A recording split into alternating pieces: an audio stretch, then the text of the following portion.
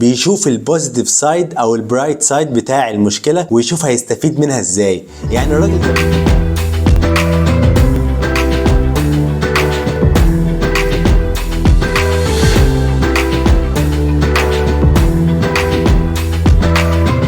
يا اهلا الشباب، ايه الاخبار؟ عاملين ايه؟ يا رب تكونوا دايما بخير.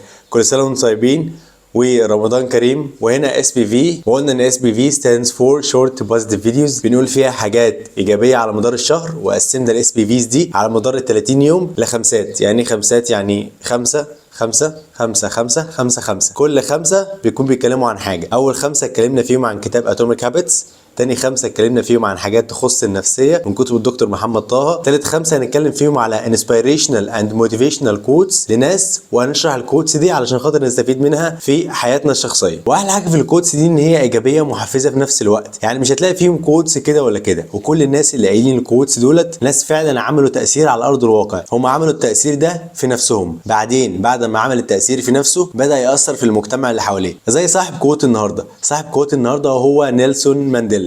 وخلينا نخش على الكوت وشرح الكوت. والكوت بتاع فيديو النهارده بيقول I never lose, I either win or learn. I never lose, I either win or learn. وهنا بقى الكوتس بيشرح حته مهمه جدا جدا جدا. الحته دي هي المايند سيت. المايند سيت بتاع الراجل اللي قايله، المايند سيت بتاعت نيلسون مانديلا. الراجل ده مش مؤمن بحته ان هو بيخسر.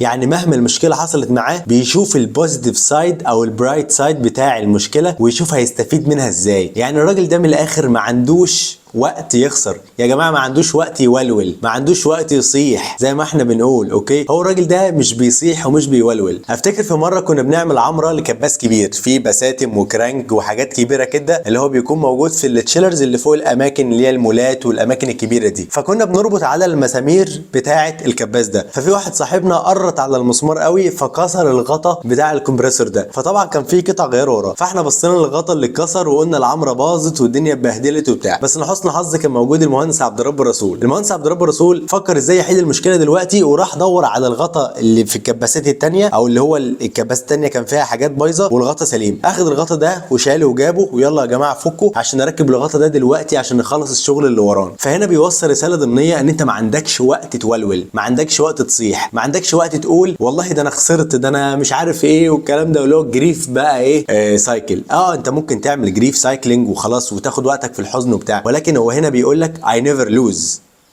I either win or learn.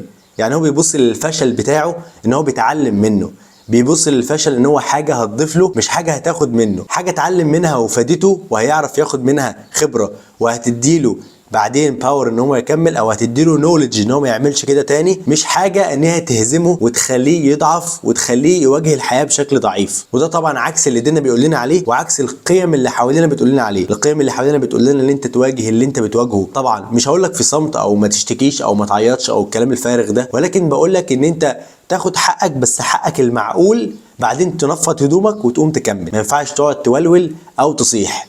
اوكي. وده بيبين ان يكون عندك مايند سيت قويه ومايند سيت ايجابيه، اللي هي الجروث مايند سيت، اللي بتؤمن بالنمو والتطور، مش اللي بتؤمن ان كل حاجه سلبيه وما عندهاش استحقاق وما عندهاش وفره. وزي ما انت شفت كده على الثامبنيل مكتوب عليها الجروث مايند سيت، عقليه النمو. انت بتشوف الحاجات ازاي علشان خاطر تترجمها صح لنفسك علشان خاطر تنمو. وهحط لك تحت في الديسكربشن كذا لينك يعرفك اكتر عن الجروث مايند سيت. واتمنى تعمل لايك الفيديو عشان اعرف كام حد اتفرج على الفيديو، وتديني رايك تحت في الكلام اللي انا قلته. ويا ريت لو تكتب لي كومنت يعلق على الكلام اللي انا قلته وعلى الكونتنت بتاع الفيديو. واتمنى تعمل سبسكرايب في الشانل وتجوين عبين ايدي كوتشنج كوميونتي. هكون مبسوط جدا جدا بانضمامك، وهكون مبسوط جدا جدا بالتعليقات بتاعتك، وهكون مبسوط اكتر وانا برد عليها. كل سنه وانتم طيبين، وان شاء الله اشوفكم في حلقه بكره، وابشر يا صديقي.